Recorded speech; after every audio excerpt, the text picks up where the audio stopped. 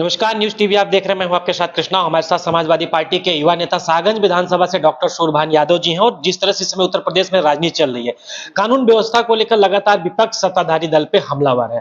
Doctor साहब, news TV में आपका स्वागत है। इस समय जिस तरह से Bharatiya Janata party zero tolerance की बात कर रही हुई प्रदेश में, आपके जनपद में किस तरह से आप अपराध को देख रहे हैं? जीरो टॉलरेंस की अगर बात करें तो हम बहुत दूर न जाके हम अपने जनपद जौनपुर की ही बात कर लें तो इस समय जीरो टॉलरेंस मतलब जीरो ही हो गया है। कोई मतलब नहीं है उसका। इतनी हत्याएं, ताबड़तोड़ हत्याएं हो रही हैं, कोई लगाम नहीं है, कोई प्रशासनिक लगाम नहीं है। जनता बेखौफ होकर जिसका जो मन कर रहा है वो कर रहा है। अभी आपको बताऊं, जफराबाद में पिता पुत्र की हत्या हो गई। बदलापुर में जो है एक महिला आम तोड़ने को लेकर विवाद हुआ और उसमें गोली मार दी गई। तो मैं क्या कहूं जीरो टॉलरेंस की नीति में, इनके इनकाउंटर को क्या कहूं, इनके लंगड़ा अभियान को क्या कहूं, जब किसी के अंदर कोई खौफ ही नहीं है। इसका मतलब कहीं ना कहीं भारी चूक हो रही है जिसको ये लोग समझ नहीं पा रहे हैं। और ये जीरो टॉलरेंस की नीति सब केवल हवा हवाई रह गई है। लखनऊ में देखिए, अभी 2.5-3 साल की बच्ची के साथ रेप हुआ, तुमने उसका इनकाउंटर किया, प्रशासन क्या मतलब है? घटना होने के बाद जब हमारे इस तरह से अपराध बढ़ते जा रहे हैं, आप जीरो टॉलरेंस के नाम पे गोली भी मार रहे हैं, जब इसका कोई जब अंकुश नहीं हो रहा है, इसका मतलब सरकार हर मामले में फेल हो रही है। जीरो टॉलरेंस के मामले में फेल हो रही है, अपराध पे कोई लगाम कस नहीं पा रहे हैं। इन्हें तो नैतिकता के रूप में आके अपने सरकार छोड़ देना चाहिए, त्यागपत्र दे देना चाहिए, फिर से चुनाव करना चाहिए। हमारा तो ये मानना है। डॉक्टर साहब, इस समय भारतीय जनता पार्टी के कई ऐसे नेताओं के, चाहे यूपी के हों या मध्य प्रदेश के हों या किसी और स्टेट के हों, कई सारी वीडियो वायरल है। अभी मैनपुरी देखा। इस मामले में तो इनका कोई सानी नहीं है।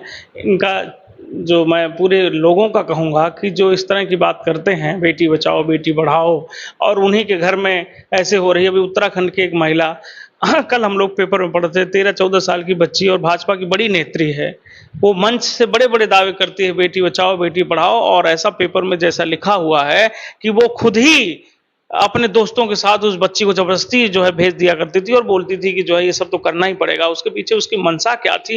वो तो बच्ची अपने पिताजी के पास आई, उन्हें पूछा गुमसुम क्यों हो, तो उसने बताया नहीं, तो उसको दूसरी उस वृत्ति में धकेल देती।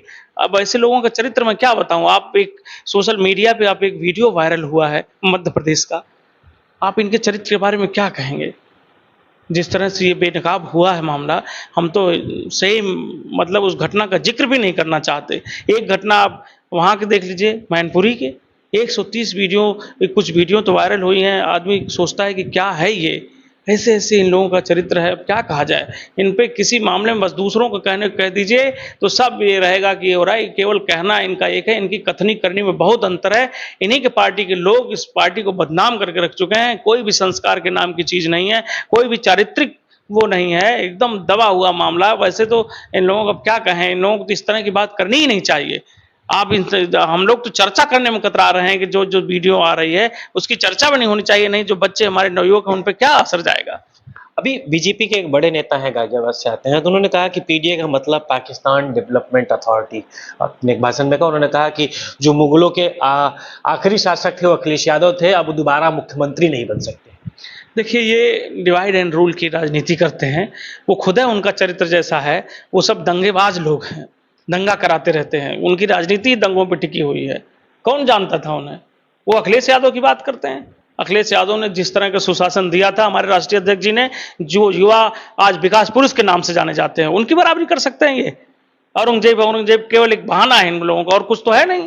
अपनी लॉ एंड ऑर्डर की व्यवस्था पे बात नहीं करेंगे, विकास पे बात नहीं करेंगे, महंगाई पे बात नहीं करेंगे, रोजगार पे बात नहीं करेंगे, किसानों की बदहाली पे बात नहीं करेंगे, जवानों की बदहाली पे बात नहीं करेंगे।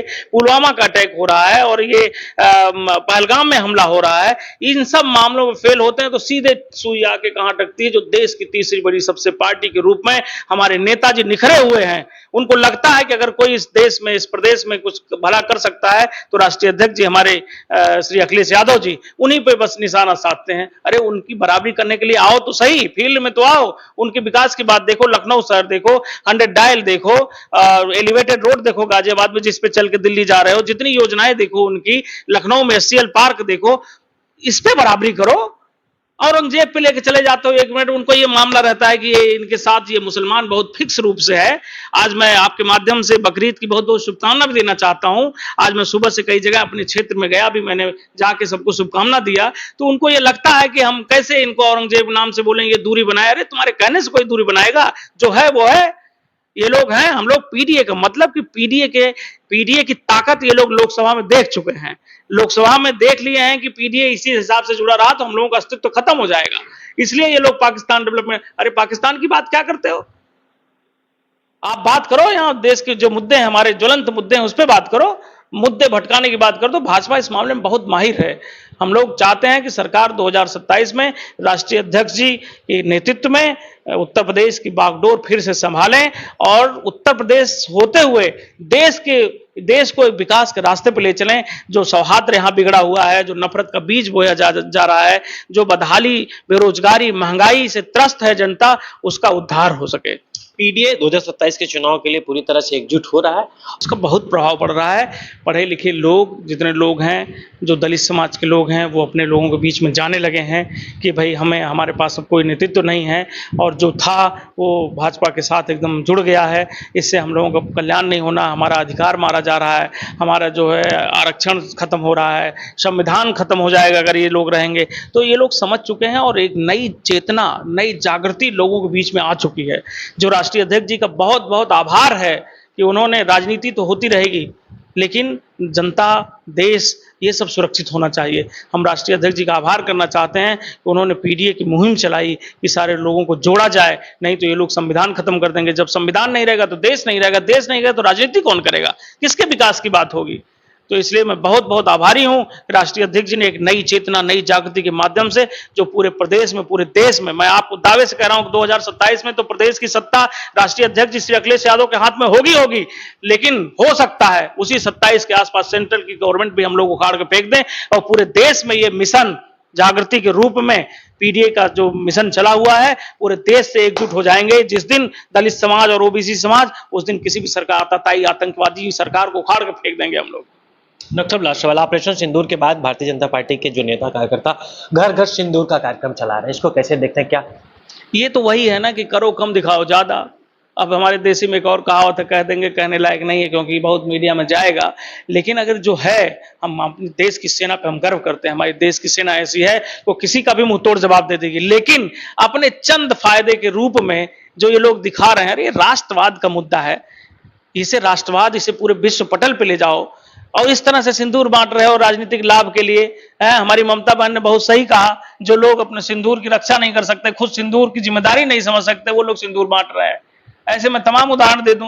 अरे हम लोग जान नहीं रहे हैं, इस देश के पीडीए के लोग 90% लोग फौज में हैं। उनसे ज्यादा कौन राष्ट्रवाद की बात कर सकता है? उनसे ज्यादा हिम्मत किसमें हो सकती है? 90% की आबादी फौज की, अगर पूरी जितनी आबादी है फौज में, जितनी संख्या है, 90% के लोग पीडीए के लोग हैं। उनको क्या समझाना? वो सब जानते हैं, लेकिन वो लोग राजनीतिक तुच्छ लाभ के लिए सिंदूर बांट रहे हैं, दिखा रहे हैं कि ये किया। अरे भाई, जिसके अंदर जज्बा भरा हो राष्ट्रवाद का, उसके लिए तुम सिंदूर की बात करते हो? वो सिंदूर से पहले अपनी जवानी कुर्बान कर देता है, जिसके नाते सिंदूर बनता है। धन्यवाद। ये हमारे साथ समाजवादी पार्टी के युवा नेता सागंज विधानसभा से डॉक्टर सूरभान यादव जी थे, जो बहुत ही बेबाकी से अपनी बातों को रखा और सीधा साफ तौर कहना 2027 में समाजवादी पार्टी की सरकार बनेंगे, अखिलेश यादव मुख्यमंत्री बनेंगे।